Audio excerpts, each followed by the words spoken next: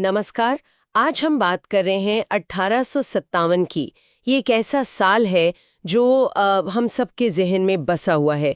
मेरठ की छावनी, मंगल पांडे, रानी लक्ष्मीबाई, ये नाम तो सब जानते हैं।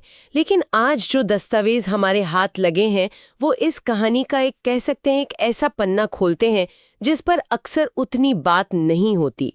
आज हम 1857 के विद्रोह में मुस्लिम समुदाय के योगदान की गहराई को समझने की कोशिश करेंगे। और ये सिर्फ कौन कौन लड़ा इसकी गिनती नहीं है। इन दस्तावेजों से पता चलता है कि ये भागीदारी मतलब कई लेवल्स पर थी, सोच के लेवल पर, सियासत के लेवल पर और सीधे जंग के मैदान में। हमारा मकसद है इस पूरी तस्वीर को जोड़कर देखना। बिल्कुल। आज की हमारी ये पड़ताल सिर्फ इस बात पर नहीं है कि कितने सिपाही लड़े, बल्कि इस बात पर है कि इस विद्रोह का कह सकते हैं सॉफ्टवेयर क्या था। मतलब वो कौन सी सोच थी, कौन से विचार थे जो इसे हवा दे रहे थे, और फिर इसका हार्डवेयर कैसा था, यानी जमीन पर कौन लोग थे जो इसे हकीकत में बदल रहे थे। तो इन स्रोतों के जरिए हम इसी ताने बाने को समझने की कोशिश करेंगे। ताऊ की भूमिका हम अक्सर 1857 को सिपाहियों के गुस्से से जोड़कर देखते हैं, लेकिन ये स्रोत तो एक वैचारिक जंग की तस्वीर पेश करते हैं। ये सब कितना संगठित था?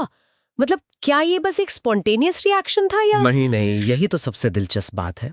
ये बिल्कुल भी बिखरा हुआ नहीं था। स्रोत फैजाबाद के मौलवी अहमदुल्ला शाह का जिक्र करते हैं, और वो कोई आम मौलवी नहीं थे। दस्तावेज बताते हैं कि उनके साथ ढोल नगाड़े वाले चलते थे, और जब वो किसी गांव में पहुंचते थे तो एक जलसा सा लग जाता था। वो सिर्फ भाषण नहीं दे रहे थे, वो एक तरह का पॉलिटिकल थिएटर कर रहे थे जो उस जमाने में लोगों पर बहुत गहरा असर डालता था। वो लोगों को बता रहे थे कि ये सिर्फ राजा नवाबों की लड़ाई नहीं, बल्कि आम लोगों के दीन और दुनिया दोनों को बचाने की जंग है। वाह, मतलब ये एक तरह का मास मोबिलाइजेशन कैंपेन था। बिल्कुल जो धर्म की भाषा में बात कर रहा था। बिल्कुल और मौलाना फजल हक खैराबादी के फतवे का भी जिक्र है। बिल्कुल। उसने क्या असर डाला? उसने तो समझिए इस पूरे आंदोलन को एक धार्मिक वैधता दे दी। वो फतवा एक तरह से ऐलान था कि अंग्रेजी हुकूमत के तहत रहना इस्लामी सिद्धांतों के खिलाफ है और उनसे लड़ना एक धार्मिक कर्तव्य है, यानी जिहाद। इससे उन हजारों आम मुसलमानों को लड़ने का एक मजबूत कारण मिल गया जो शायद जमीन या सियासत की बारीकियों को नहीं समझते थे। स्रोत ये भी बताते हैं कि उलेमा का एक पूरा वर्ग था जो इस विद्रोह को वैचारिक ईंधन दे रहा था। तो ये सब गुस्सा नहीं था, गुस्से को एक दिशा दी जा रही थी। तो एक तरफ वैचारिक चिंगारी तो सुलगा दी गई थी, लेकिन किसी भी बड़े आंदोलन को एक चेहरे की जरूरत होती है, एक प्रतीक जिसके नाम पर सब एकजुट हो सकें। और विद्रोहियों ने वो चेहरा दिल्ली में ढूंढा, एक ऐसे शख्स में जो खुद भी हैरान रह गया होगा। एक बूढ़ा, शक्तिहीन शायर बादशाह बहादुर शाह जफर। ये फैसला थोड़ा अजीब नहीं लगता? इसमें कोई रणनीति थी या बस एक मजबूरी थी? पहली नजर में ये अजीब लग सकता है, लेकिन अगर हम इसे एक बड़े परिप्रेक्ष्य में देखें तो ये एक बहुत बड़ा रणनीतिक कदम था। सोचिए, उस वक्त भारत एक नहीं था। एक मराठा सरदार, एक अवध का जमींदार और एक रुहेलखंड का सिपाही, ये सब आपस में क्यों लड़ते? इन्हें एक साथ लाने वाली कड़ी क्या थी? वो कड़ी थे बहादुर शाह जफर। वो मुगल सल्तनत के प्रतीक थे, एक ऐसी शक्ति जिसने सदियों तक भारत पर राज किया था। उनका नाम उस पुरानी व्यवस्था का प्रतीक था जिसे अंग्रेजों ने तोड़ दिया था। तो ये एक ऐसा झंडा था जिसे हर कोई पहचानता था, भले ही झंडा फहराने वाले के हाथ कांप रहे हों।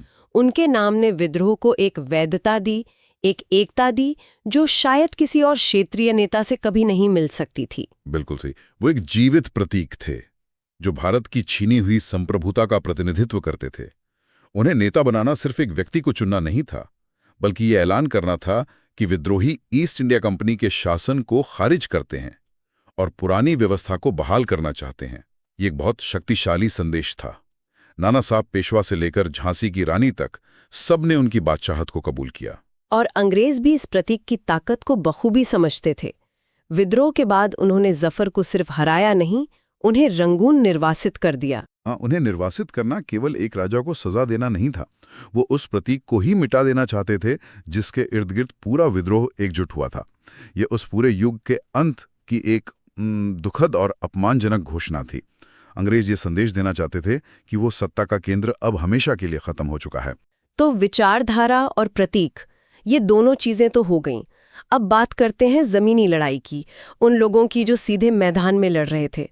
दस्तावेजों में कई मुस्लिम सेनानियों का जिक्र है, लेकिन अवध की बेगम हजरत महल की कहानी तो वाकई असाधारण है। असाधारण से भी बढ़कर। बेगम हजरत महल ने तब कमान संभाला जब उनके पति नवाब वाजिद अली शाह को कलकत्ता भेज दिया गया था। उन्होंने न सिर्फ अपने बेटे बिरजिस कद्र को नवाब घोषित किया, बल्कि वो खुद हाथी पर बैठकर जंग के मैदान में जाती थीं, अपनी फौजों का हौसला बढ़ाने। स्रोत उनकी दिलेरी के किस्से बताते हैं। एक वाकया है, जब अंग्रेजों ने उन्हें पेंशन का लालच देकर समझौता करने को कहा तो उन्होंने उस खत को फाड़कर फेंक दिया और कहा कि वो नेपाल के जंगलों में मरना पसंद करेंगी, लेकिन अंग्रेजों की खैरात पर जीना नहीं। कमाल है। ये उनका जज्बा था। ये सिर्फ एक रानी का अपने राज को बचाने का संघर्ष नहीं था, ये तो स्वाभिमान की लड़ाई थी। और भी कई नाम हैं, जैसे रोहिलखंड में खान बहादुर खान नाम बनाया, अदालतें चलाईं। इसी तरह इलाहाबाद में मौलवी लियाकत अली ने एक समानांतर प्रशासन चलाया। ये बहुत महत्वपूर्ण बिंदु है। मतलब ये लोग सिर्फ अंग्रेजों को भगाना नहीं चाहते थे, ये ब्रिटिश शासन को उखाड़ फेंककर एक वैकल्पिक, एक आज़ाद हिंदुस्तानी व्यवस्था बनाने की कोशिश कर रहे थे। ये सिर्फ लड़ नहीं रहे थे, ये शासन भी कर रहे थे। बिल्कुल, ये अराजकता नहीं थी जैसा अंग्रेजों ने बाद में इसे दिखाने की कोशिश की। ये एक वैकल्पिक सत्ता स्थापित करने का गंभीर प्रयास था। उनका लक्ष्य सिर्फ विनाश नहीं बल्कि पुनर्निर्माण था। और इस जमीनी लड़ाई को असल ताकत मिली बंगाल, अवध और मेरठ की सेनाओं के हजारों मुस्लिम सिपाहियों से। वो इस विद्रोह की रीढ़ थे। इन स्रोतों का जो हिस्सा मुझे सबसे ज्यादा सोचने पर मजबूर करता है वो है हिंदू मुस्लिम एकता। आज के दौर में जब हम इतिहास को देखते हैं तो अक्सर बंटवारे की नज़र से देखते हैं, लेकिन 1857 की कहानी तो कुछ और ही बयां करती है। चर्बी वाले कारतूसों का मुद्दा इसका सबसे बड़ा उदाहरण है। बिल्कुल, वो कारतूस एक ऐसी चिंगारी थी जिसने बारूद के ढेर में आग लगा दी, और वो बारूद हिंदू और मुसलमान दोनों के दिलों में जमा था। गाय और सूअर की चर्बी की बात ने दोनों समुदायों की धार्मिक भावनाओं को एक साथ चोट पहुंचाई। ये अंग्रेजों की एक बहुत बड़ी रणनीतिक भूल थी। उन्होंने अनजाने में अपने सबसे बड़े दुश्मनों को एक ही नाव में सवार कर दिया। ये घटना दोनों समुदायों को एक साथ लाने का सबसे बड़ा तात्कालिक कारण बनी। और ये एकता सिर्फ सिपाहियों के बीच नहीं थी, है ना? दस्तावेज बताते हैं कि ये समाज में भी गहराई तक उतर गई थी। हाँ, और यही बात इस विद्रोह को असाधारण बनाती है। दिल्ली, लखनऊ, कानपुर, बरेली जैसे विद्रोह के बड़े केंद्रों पर यह एकता साफ दिखाई देती थी। बहादुर शाह जफर ने बादशाह बनते ही जो पहला हुक्म जारी किया वो था गाय की कुर्बानी पर पाबंदी। अच्छा। हाँ, ताकि हिंदुओं की भावनाओं का सम्मान हो। दूसरी तरफ नाना साहब पेशवा जैसे मराठा सरदार बहादुर शाह जफर को अपना सम्राट मान रहे थे। उनके दरबार में हिंदू और मुस्लिम दोनों समुदायों के सलाहकार और सेनापति थे। वो समझ गए थे कि दुश्मन एक है और उससे लड़ने के लिए एकजुट होना ही एकमात्र रास्ता है। तो ये एक साझा पहचान बनाने की कोशिश थी, अंग्रेज के खिलाफ एक हिंदुस्तानी पहचान। सही कहा, ये एक साझा उद्देश्य की भावना थी। वो अपनी अलग अलग पहचान भूले नहीं थे, लेकिन उन्होंने एक बड़ी साझी पहचान को उससे ऊपर रखा। ये उस दौर के लिए एक बहुत बड़ी उपलब्धि थी, और शायद यही वो चीज थी जिससे अंग्रेज सबसे ज्यादा डरे हुए थे। और इन दस्तावेजों में जो विद्रोह के बाद का जिक्र है वो बहुत भयानक है। अंग्रेजों का गुस्सा किस पर और कैसे निकला? स्रोत इस बारे में बिल्कुल साफ हैं। विद्रोह की असफलता के बाद अंग्रेजों ने इसका मुख्य दोषी मुस्लिम समुदाय को माना। उनका तर्क सीधा था, विद्रोह का चेहरा एक मुगल बादशाह था, जिहाद के नारे लगे थे, इसलिए साजिश के केंद्र में मुसलमान ही थे। इसका नतीजा ये हुआ कि दमन भी चुनिंदा और कहीं ज्यादा क्रूर था। इसे थोड़ा और विस्तार से बताइए, जमीन पर इसका क्या मतलब था? इसका मतलब था एक पूरे समुदाय की राजनीतिक, सामाजिक और सांस्कृतिक जड़ों पर हमला। दिल्ली में लाल किले से जामा मस्जिद तक के पूरे इलाके को लगभग सपाट कर दिया गया।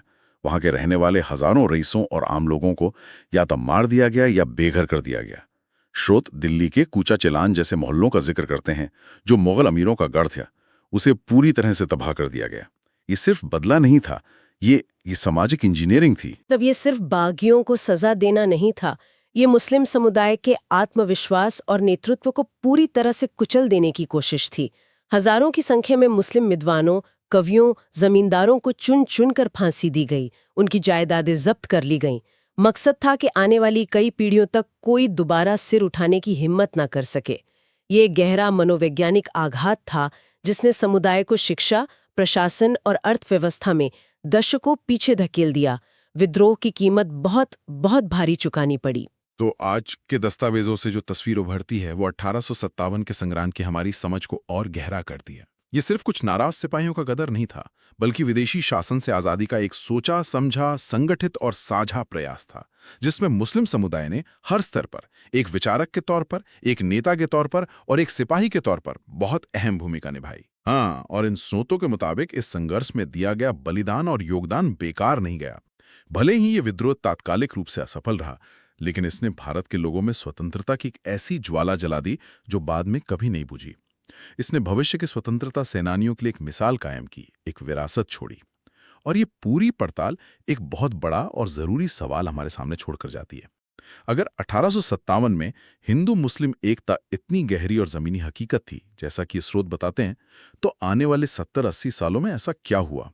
वो कौन सी ताकतें थीं, कौन सी घटनाएं थीं और कौन सी सियासत थी जिसने इस एकता के ताने बाने को धीरे धीरे उधेड़ कर रख दिया?